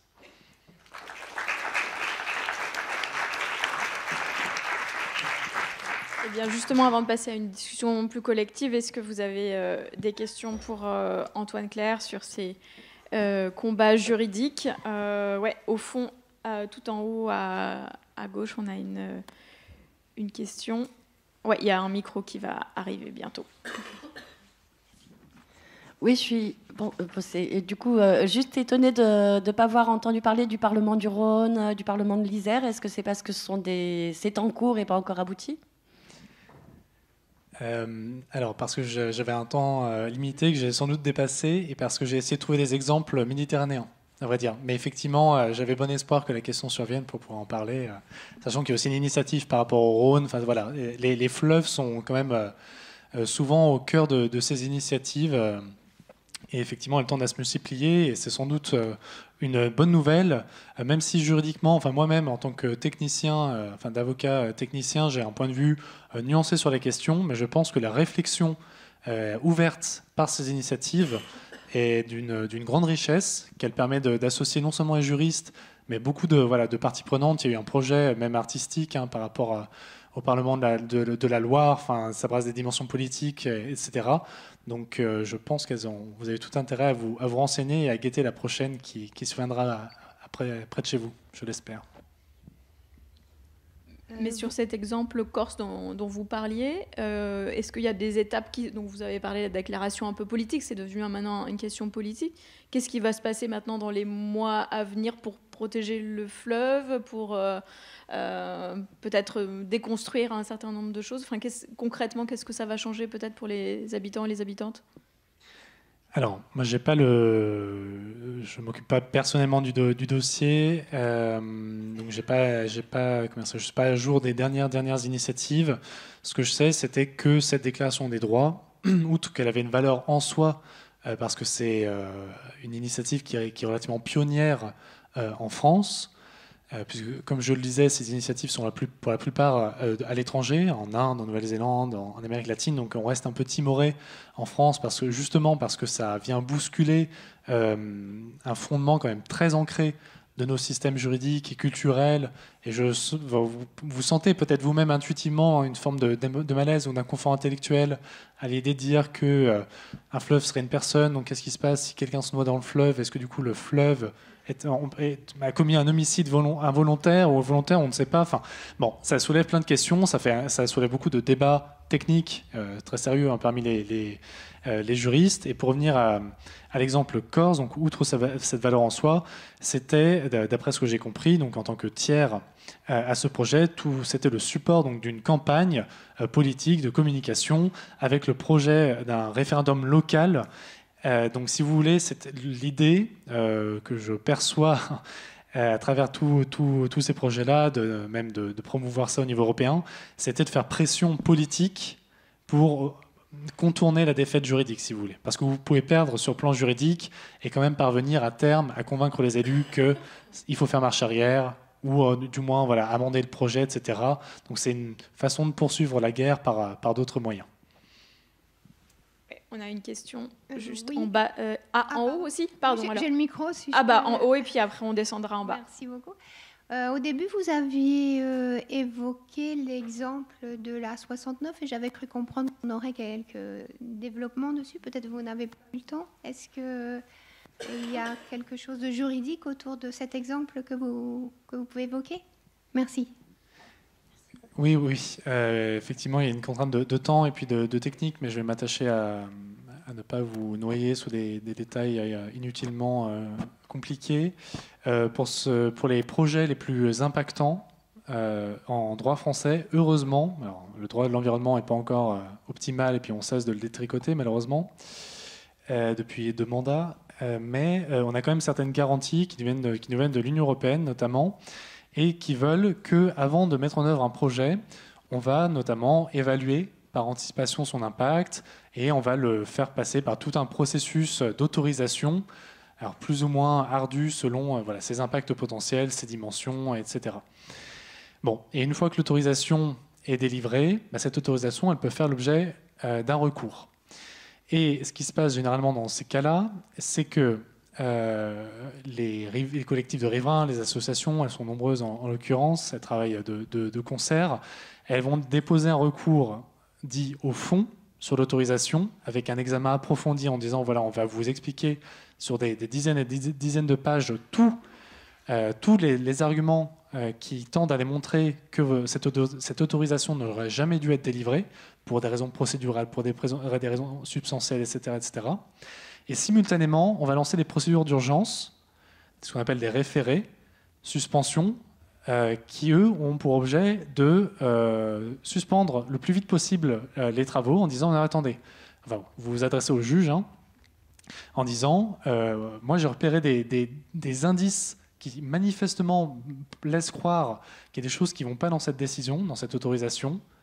Il y a urgence, parce que si vous commencez les travaux, il y aura des dommages irréversibles qui seront causés. Donc, au vu de ces 2 points, il faut tout suspendre en attendant que la décision au fond que la procédure au fond atteigne son terme. Sauf que pour qu'elle atteigne son terme, c'est 18 mois en moyenne. En 18 mois, en fait, vous avez le temps de tout ravager. Malheureusement, c'est souvent ce qui se passe. Donc, généralement, quand la décision arrive, même quand elle vous est favorable, en fait, il n'y a plus rien à sauver. C'est un des grands drames du droit de l'environnement. Et je le vis dans ma chair au quotidien en tant qu'avocat. Et donc là, ce que je peux vous dire, en tout cas, je ne suis pas sur cette affaire-là, j'en ai d'autres sous le coude, mais pas celle-là.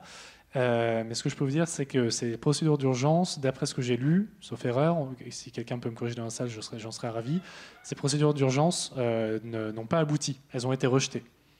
D'après ce que j'ai lu, en tout cas certaines, parce que parfois il y a une stratégie qui veut qu'on les multiplie, ce qui voudrait dire que le porteur de projet aurait le champ libre jusqu'à ce que le tribunal ait fini, au bout d'1 an et demi, de statuer au fond, après que les parties aient fait des échanges d'écriture comme ça de centaines de pages, pour démontrer si oui ou non l'autorisation était légale.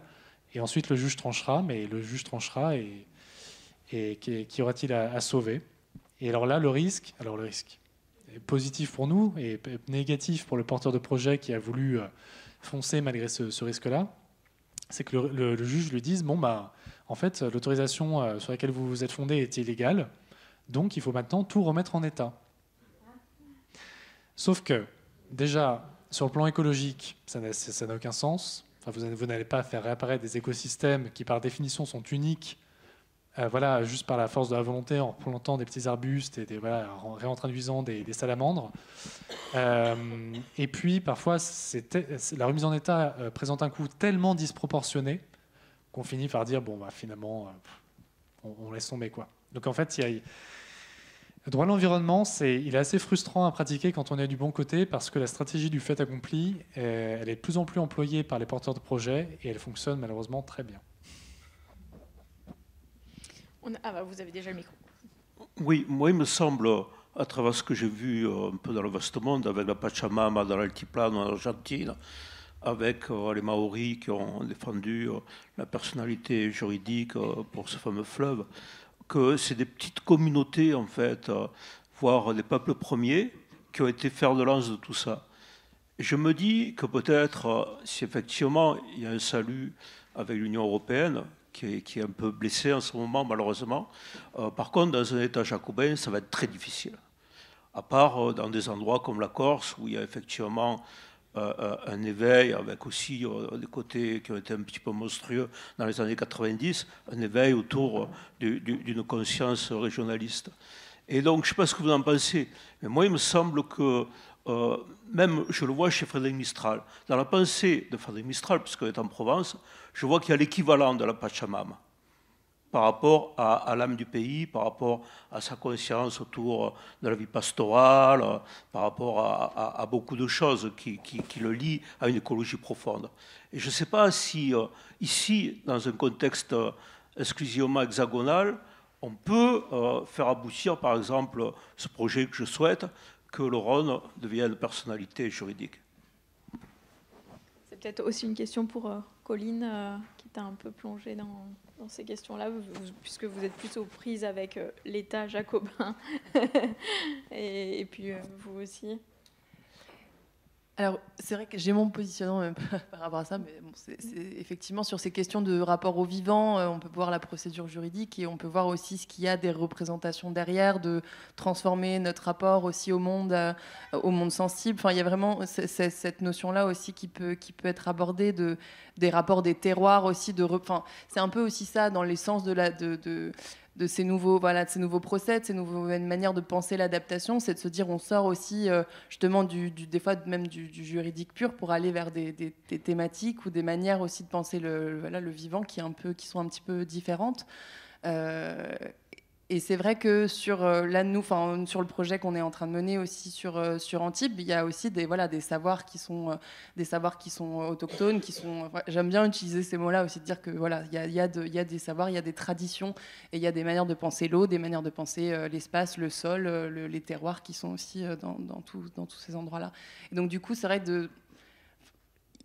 d'aller au-delà aussi de la conception simplement juridique et simplement d'intenter un procès, ce qu'il y a derrière. Il y a aussi, je pensais au Parlement de la Loire. Le Parlement de la Loire, il y avait aussi l'idée d'arriver à décortiquer qu'est-ce que la Loire, en fait. Et c'est quoi la Loire, par quoi elle est constituée. Donc, c'est-à-dire se poser la question, et la personnalité morale donne aussi accès un peu à ça. Bon, le droit d'essai en justice, il y a toutes ces questions, mais aussi par quoi elle est constituée. Donc, c'est des études. Alors, ça va. Il y a l'Agence de l'eau qui fait des études quantitatives, qualitatives. Est-ce qu'on peut aller aussi plus loin en faisant un ensemble de marches, de balades sensibles, qu'on soit tous des veilleurs aussi de ces espaces-là, d'arriver à savoir quel est son écosystème et voir s'il est bouleversé, menacé. C'est-à-dire qu'il y a ces veilleurs qui vont aussi se dire garants. Et bon, il y a la question des polluants, mais il y a aussi la question de cette préservation-là. Et donc c'est vrai que il y a un peu cet enjeu sur ces projets de détourner un peu le regard et de se dire mais du coup c'est pas les mêmes outils et ils sont complémentaires, et c'est ça qui est joli, c'est de se dire que le droit aussi amène à repenser le vivant et que du coup après ça amène aussi à des collectifs à se saisir de ces questions, à le monter en politique ou à le monter aussi en balade et à en faire aussi autre chose. Donc je trouve ça très intéressant, les similitudes. Est-ce que vous voyez un espoir par rapport à la question de monsieur face à l'État jacobin tout-puissant en fait, je rejoins totalement ce qui a été dit. On a je pense, des dispositions qui sont latentes parce que chacun de nous a de fait des attachements à un certain terroir, c'est ce qui vient d'être dit, etc. Et ces dispositions, elles peuvent être conscientisées justement par le biais de ces initiatives qu'on évoquait, qui sont aussi qui n'apportent pas de solution toute faite. C'est vraiment tout un parcours réflexif où on nourrit cette réflexion par beaucoup de matières différentes, de la science, des arts, etc., des sciences humaines. Et c'est comme ça qu'on arrive finalement à faire émerger une conscience commune et un attachement commun à une entité, quelle qu'elle soit, et qu'on peut commencer à envisager effectivement de matérialiser ça sur le plan juridique. Après, pour avoir les mains dans le cambouis tous les jours, évidemment, pour l'instant, c'est extrêmement marginal par rapport à la conception traditionnelle, majoritaire du droit, qui est indissociable de notre culture politique, de l'organisation politique, etc. Pour autant, je pense que c'est en promouvant ce genre d'initiative et de réflexion qu'on arrivera petit à petit peut-être à faire émerger des contre-modèles qui auront vocation à se systématiser. Enfin, vous savez, il y a quand même, alors là encore c'est marginal, mais il y a quand même des évolutions positives en droit de l'environnement. Enfin, je reprends l'exemple de l'animal comme chose en droit. Bon, on s'est bien rendu compte qu'à un moment c'était un peu problématique de maintenir l'animal comme une chose, parce qu'on peut en faire, enfin juridiquement, la conséquence c'est qu'on peut en faire tout et n'importe quoi.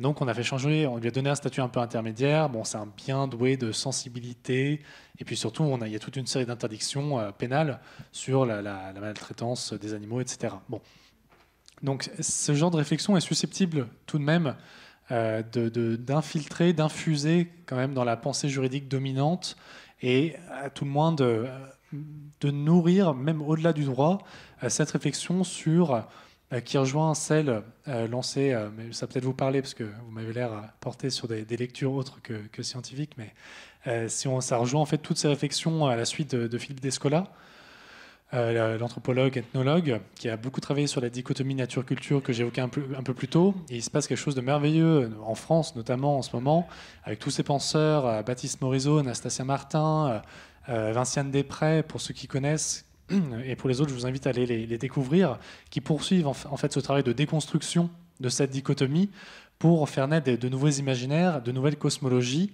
qui, on l'espère, se reflèteront un jour un peu plus dans notre droit.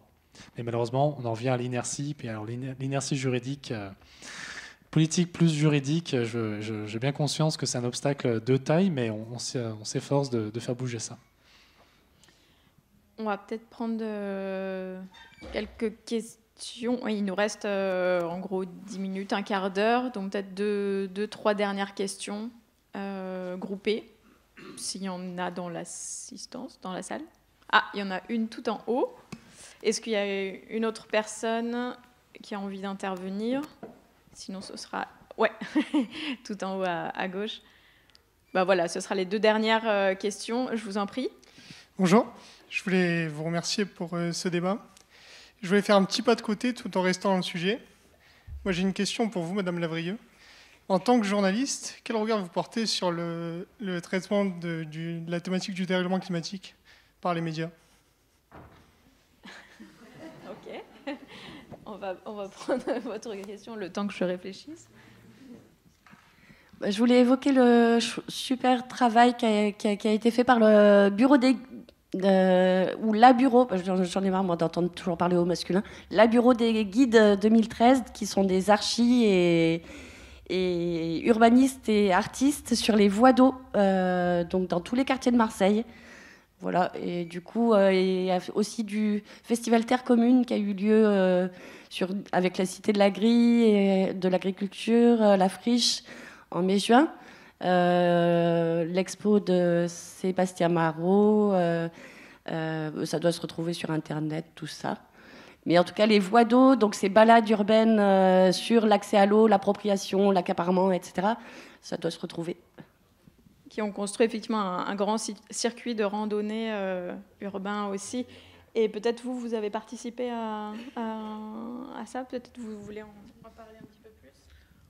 On a un peu collaboré effectivement avec le GR 2013 lorsqu'il a été mis en place, il y a 10 ans exactement, à l'occasion de la capitale européenne de la culture. Et on chemine ensemble autour de la thématique plutôt urbaine et nous plutôt rurale autour du Gers qu'on a créé, qui s'appelle La Route, effectivement. Donc on se croise des fois sur certaines portions de sentiers et on collabore, mais sans doute pas assez. Eh bien, je vais conclure. Du coup, s'il n'y a pas d'autres questions sur la responsabilité des médias, des journalistes.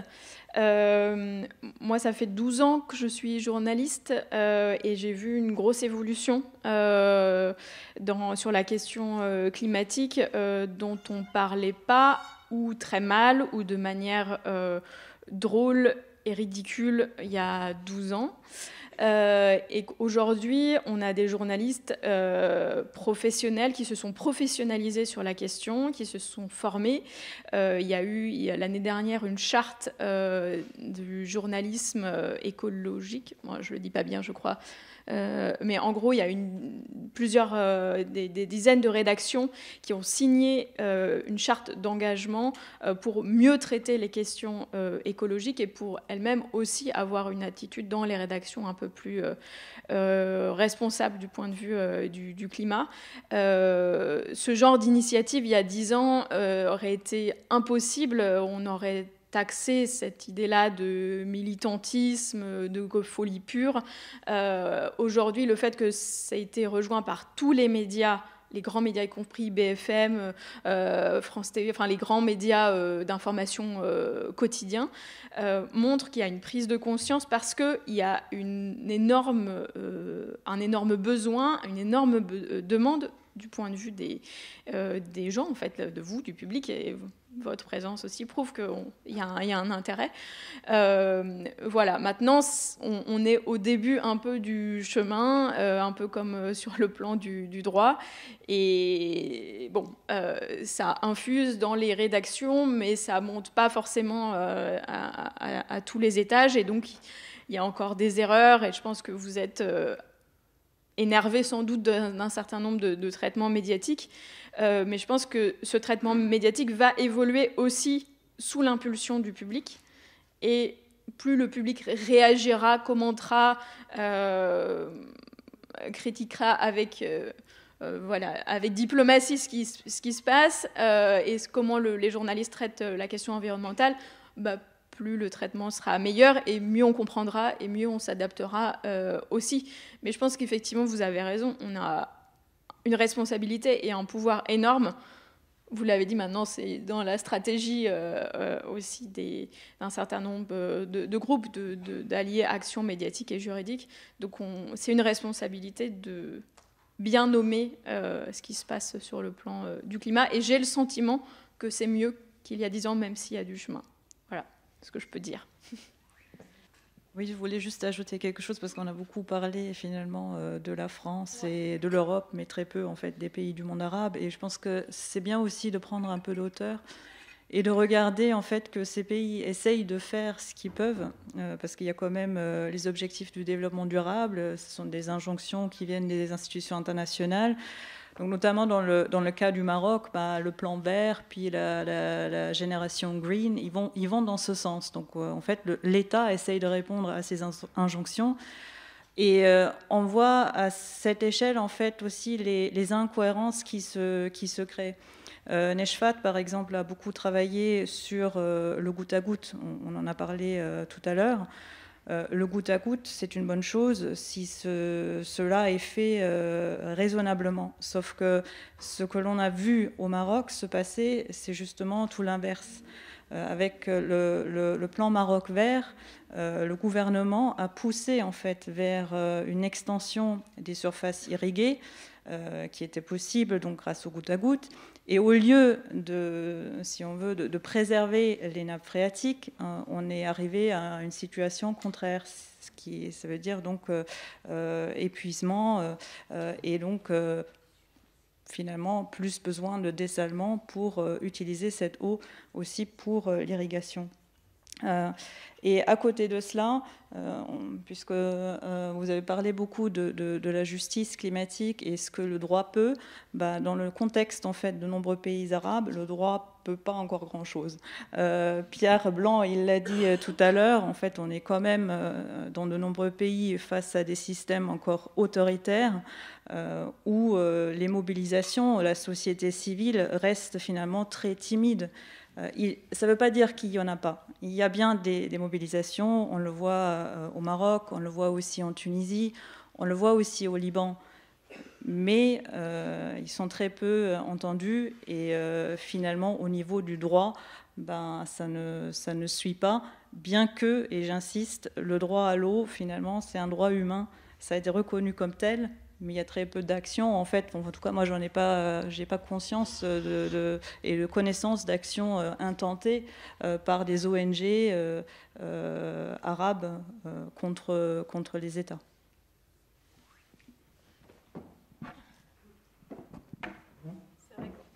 On a assez peu, finalement, vous avez raison, de rétablir un tout petit peu la balance. Et il y a une initiative assez intéressante que vous avez étudiée au Maroc, d'une ONG de citoyens, de citoyennes qui mobilise la question sur la société sur les questions environnementales. Les médias, dans les rédactions, on a souvent tendance à penser que le monde arabe ne s'intéresse pas du tout aux questions de climat, qui sont plus sur des questions et effectivement d'avoir accès aux libertés et plus sur des questions politiques. Mais en réalité, vous, ce que vous avez vu, c'est que dans la jeunesse, la question de la terre, et puis même aussi dans les populations, c'est beaucoup plus prégnant que ce qu'on peut penser. Alors, je pense que c'est au Maroc, c'est encore plus le cas, parce que c'est quand même une société qui était essentiellement une société agricole par le passé, et donc de nombreux jeunes, en fait, gardent ce souvenir-là, et donc ont une sensibilité écologique très forte. Donc, effectivement, comme vous dites, beaucoup de gens pensent que l'écologie n'intéresse pas ou n'est pas un problème pour les pays arabes. Je le ressens très fort parce que j'ai essayé de mettre en place un axe de recherche écologie politique dans un centre arabe et on m'a beaucoup soutenu que effectivement les problèmes environnementaux n'étaient pas des problèmes politiques alors qu'ils sont essentiellement politiques. J'ai essayé de le démontrer en montrant que le dessalement, ce sont des choix politiques qui sont faits à la base, qui ont des conséquences écologiques très fortes. Et donc, effectivement, de voir la jeunesse s'emparer de ce sujet et d'essayer finalement de vulgariser, parce que Neshfat, c'est ce qu'ils font à travers leur plateforme. Donc, vous pouvez aller voir, mais aussi à travers les petites vidéos qu'ils enregistrent en dialecte arabe pour justement que ça soit plus accessible aussi pour la population. C'est un vrai travail d'information, de déconstruction aussi de certains mythes qu'on peut avoir autour de la question du changement climatique. Et donc, finalement, une lueur d'espoir que cette initiative va se répandre après à d'autres pays de la région. Donc, il y a d'autres initiatives qui existent. Je pense au Liban, notamment à l'ONG Jibal, qui fait aussi un travail d'enseignement. Ils se déplacent dans les écoles. Ils vont aussi mettre en place en fait, des circuits courts avec des agriculteurs. Mais c'est énormément de travail qui est difficilement soutenu, financé, notamment Asaf Dahnad en parlait tout à l'heure. Au Liban, actuellement, avec la situation économique, c'est extrêmement difficile. Et donc là, j'entends bien quand on me dit, effectivement, ce n'est pas la priorité en ce moment, mais il faut continuer à travailler ce sujet malgré tout. Et puis, il navigue effectivement dans un environnement souvent autoritaire, et donc le fait de critiquer un projet de l'État, c'est être assimilé très vite à un opposant politique et donc risquer la prison. C'est ce qui s'est passé notamment pour certains en Égypte, où il y a énormément d'ONG qui se sont créées dans le sillon de la révolution, de mobilisation de jeunesse, et ça va, l'État les tolère tant qu'elles restent un peu consensuelles, qu'elles font du nettoyage de plastique, etc. Mais dès qu'elles vont un petit peu sur le terrain des mobilisations autour de la terre, de lutter contre la destruction d'habitats par l'armée, tout de suite, c'est devenu des opposants politiques qu'on enferme.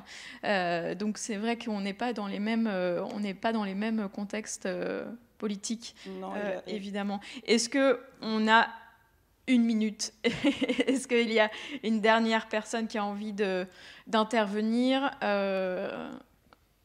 Non. Merci beaucoup. Merci.